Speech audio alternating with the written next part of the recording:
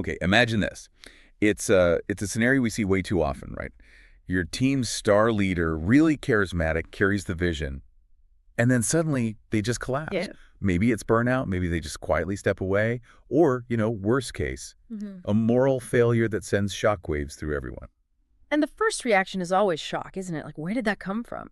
We see it as this sudden bolt from the blue kind of tragedy. Right. But what these sources really hammer home is that this kind of collapse, it's almost never sudden. It's more like an erosion. An erosion. How so? It starts quietly, maybe personality clashes that nobody deals with, they just fester, or philosophical differences that start polarizing people. And then there's just the sheer weight of fatigue that isn't addressed. So we see the final implosion, but we miss all the cracks forming underneath. Exactly. We miss the slow systemic decay. That's the real tragedy, the hidden cost of just, reacting all the time. Okay, but here's where it gets interesting based on what we've read. These tensions, these conflicts, they aren't just roadblocks. They're actually early warnings, Signals. potent signals. Yeah, if you can learn how to read them, how to actually build them into your operating system. Then they become tools for resilience. Precisely. Tools for building deep organizational strength before you get anywhere near the breaking point. So our mission then, in this deep dive, is to get way beyond just putting out fires after they start. Right. We're unpacking a framework, a proactive one, for keeping leadership healthy over the long haul. We're talking about cultivating intentional systems. Think of it like organizational preventive medicine. Designing for endurance and integrity from the start. That's the goal. Okay, let's unpack this. So the sources kick off by digging into the roots of this erosion. And it's not always the big headline-grabbing scandals, is it? No, often it's much more subtle. It's the quiet organizational diseases. Like what? Give me an example. Well, things like maybe ingrained age hierarchies where younger, talented people just don't get heard. Their ideas get shut down implicitly. Okay. Or maybe cultural dynamics where speaking truth to power is risky, where challenging the status quo could cost you status or even your job, that kind of environment. Yeah, that silences dissent really quickly. And this leads to a really fundamental point the sources explore. The reality of, human fallibility. We mess up.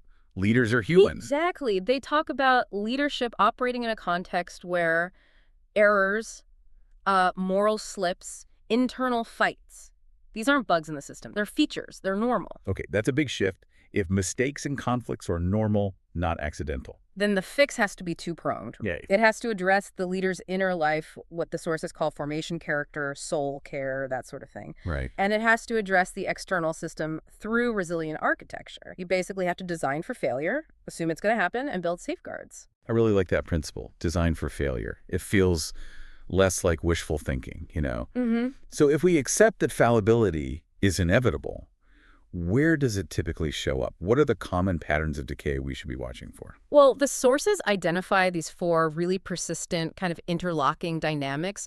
They call them the 4 horsemen of leadership collapse. They quietly rot things from the inside. The 4 horsemen. Okay, sounds ominous. Let's break them down. What's the first one? First up is hubris. Hubris. Okay, on a personal level, that's like ambition gone wild, becoming an idol. But how does that look in, say, a budget meeting or an org chart? Organizationally, hubris pops up immediately in how decisions get made. Is it centralized? Meaning, does the language shift from we decided to I decided? Are key choices constantly run through one specific powerful person? Ah, okay. The bottleneck effect. Exactly. And the organization starts almost feeding the leader's ego. Praise becomes the main currency, especially in that inner circle. Critical feedback disappears. Yeah, that makes the whole organization really fragile, doesn't it? Yeah. Everything depends on one person's judgment. Incredibly brittle. Okay, so that leads to the second horseman. Corruption. Corruption. Now, we usually jump straight to, financial theft, embezzlement. And that's part of it. Right. Sometimes. But the sources define it much more broadly. It's essentially power that's become untethered from ethical stewardship. Power without responsibility. You got it. It shows up when rules get bent, but only for the important people. Special projects that somehow bypass the usual oversight or structurally look for financial opacity. Things like undocumented expenses, resistance to external audits, that kind of thing. It's a systemic lack of transparency designed to protect the people at the top. So power gets centralized with hubris, and then transparency disappears with corruption. That sets the stage pretty well for number 3. Which is isolation. Almost inevitable, as you say. When a leader doesn't have people around them who can speak honestly, safely, they get cut off.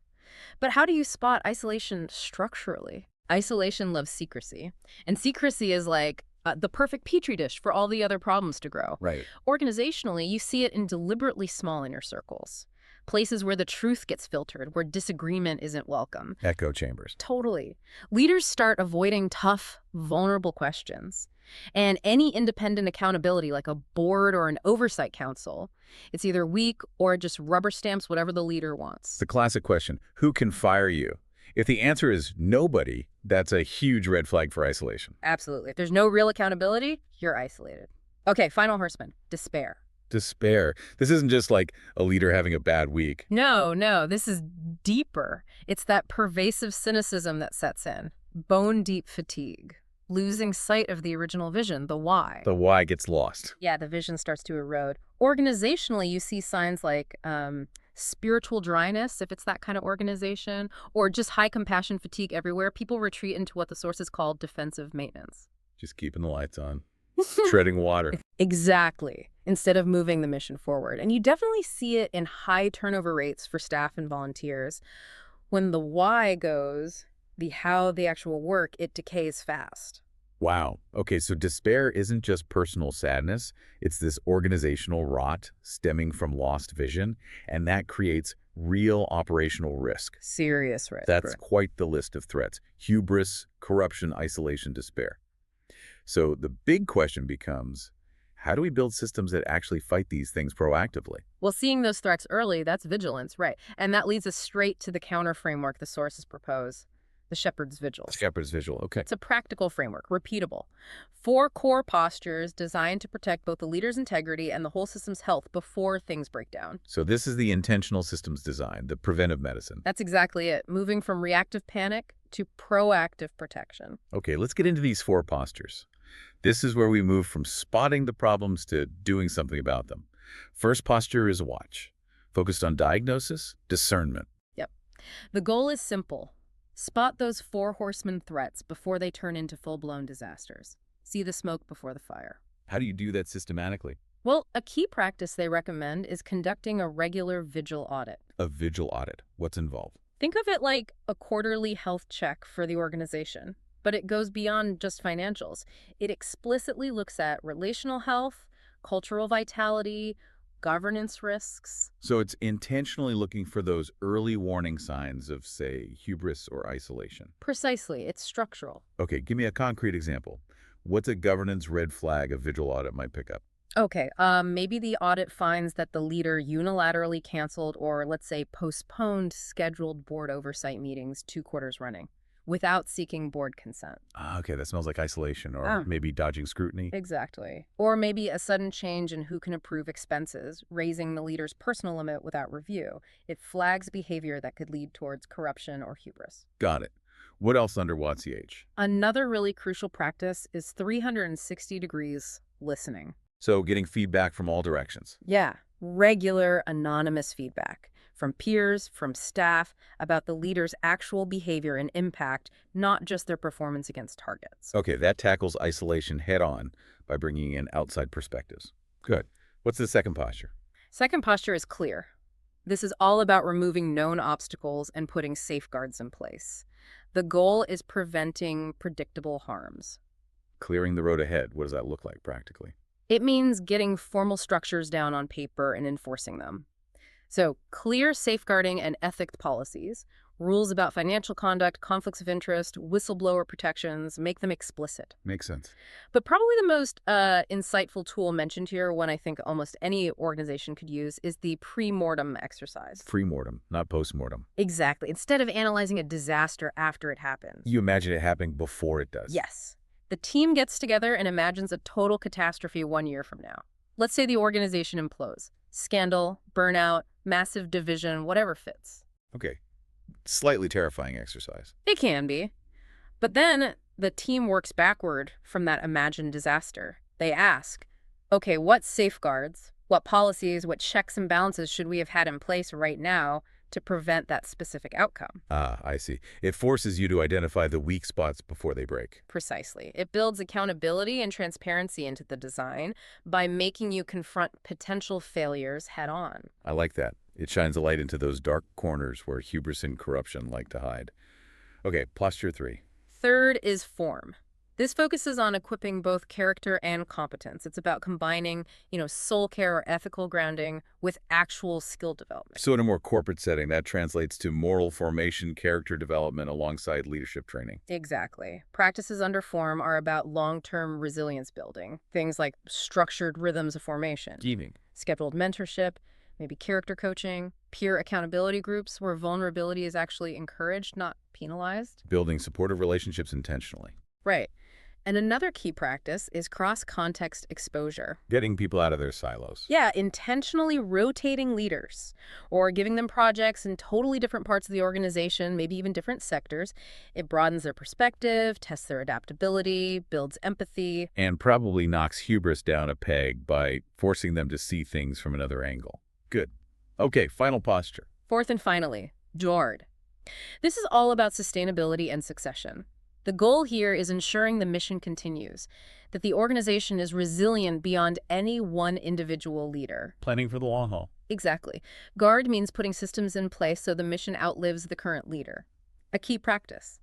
Formalize succession planning. Not just identifying a potential successor in secret. No. Actually identifying potential successors, creating development plans and timelines for them, clear handover policies, making it transparent. Okay. And crucially, to fight despair and burnout, the source material is really uncompromising on this. Enforced rest and Sabbath policies. Enforced rest, not just suggested. Mandatory sabbaticals, regular required leave cycles. If the organization lets its leaders sacrifice their own well-being on the altar of productivity, then the organization is basically helping to cause the eventual breakdown. It's structurally complicit. Guarding means protecting the leader's sustainability as a core organizational responsibility. Wow, okay. Watch, clear, form, guard.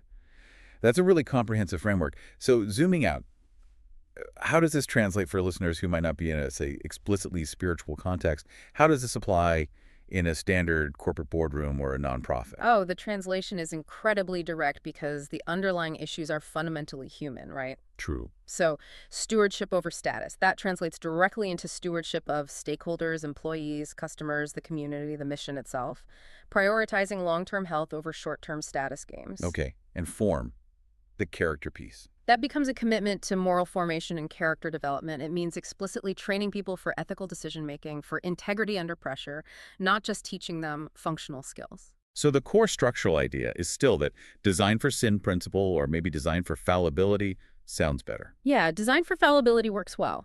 Good organizational design assumes humans will make mistakes, even ethical ones, and it builds in checks and balances to make destructive failures harder. Let's nail down some of those specific tools again, the ones that apply pretty much anywhere. Absolutely. To fight corruption, you need transparency. That means things like dual signatories on bank accounts, mandatory external financial audits, even if the law doesn't require it for your size. Makes sense. Remove the opportunity. To anticipate and clear risks before they happen, use those pre-mortems, get teams imagining failure scenarios. Okay. And for despair, the burnout piece. Disciplined rest management. Those enforced sabbaticals or mandatory vacation policies aren't perks. They are non-negotiable insurance against burnout and vision fatigue. Right. And tackling hubris and isolation. You need genuine external accountability councils or truly independent boards. Diverse perspectives, people empowered to ask the hard questions, people who can challenge centralized power without fear. Got it. Powerful tools. But maybe the single most valuable practical tool the sources mentioned for putting all this together proactively is the leadership health dashboard. The dashboard, okay. Mm-hmm. Sounds a bit like micromanagement. But it's not. It's not about tracking output or KPIs in the traditional sense. Think of it more like the instrument panel in a cockpit. Okay, I like that analogy. Gauges, not scorecards. What does it track then? It tracks the often invisible but critical leading indicators of health. Things like internal staff turnover rates that tells you a lot about culture. Yeah, high turnover is a huge red flag. Right. It tracks sabbatical compliance. Are people actually taking their mandated rest? It tracks relational metrics. How often are leaders meeting with their external accountability groups? Maybe even self-reported indicators of energy levels, rest, or spiritual vitality, if appropriate. So it's designed not to judge performance, but to signal potential issues early. Exactly. It's for proactive care. So if the dashboard shows, say, a leader's self-reported energy consistently trending down, or maybe they've missed several accountability meetings, it flags yellow. Right. And that triggers a routine check-in, maybe a supportive conversation, a pastoral intervention if that's the context, not a disciplinary meeting. Okay. It's a care trigger, not a performance hammer. Precisely. It helps ensure you're using your energy, your organizational capacity to multiply effectiveness, to focus on the mission. Instead of constantly cleaning up messes that were frankly preventable if you had the right systems in place. Exactly. By building in this Vigil framework, you shift resources away from crisis management and back towards mission advancement. It's a fundamental reallocation of energy. That shift feels profound because leadership ultimately isn't just judged by quarterly results or growth charts, is it? No, the real judgment is on the ability to navigate complexity, to achieve influence over the long haul, and to do it with integrity. And this work of prevention, building these systems, demanding vulnerability, maybe even slowing down sometimes for the sake of health, it has a cost, doesn't it? It absolutely does. It requires courage, transparency, investing time in things that don't show up immediately on the bottom line. It's costly, but the cost of not doing it is far higher. But the promise, as the sources suggest, is that when you actually engage these challenges, these tensions, with courage and intentional design, Then the obstacles, the conflicts, they stop being just threats. They actually become the very crucibles, the fires that forge leaders and organizations capable of weathering storms and producing impact that genuinely lasts. okay, let's leave our listeners with a final thought to chew on, a provocative one.